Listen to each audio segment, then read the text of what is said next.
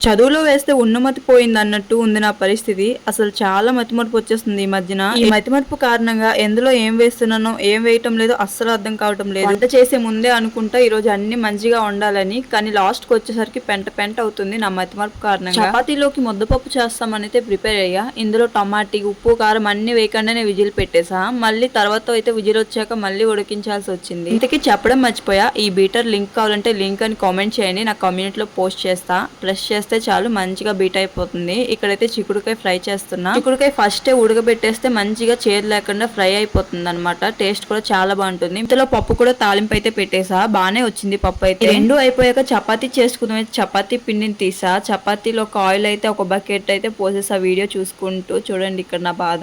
మళ్ళీ కొంచెం పిండి అయితే వేసేసి కలిపేసా. ఇంతలో మా ఆయన కూడా వచ్చేసారు. బయట చాలా పెద్ద వర్షం పడుతుంది. లాస్ట్ కి చపాతీ కూడా చేసేసా. మన ఛానల్ ఇంకా ఎవరైనా సబ్స్క్రైబ్ చేసుకోకపోతే చేసుకోండి. ఉంటాం మరి, బాయ్ బాయ్.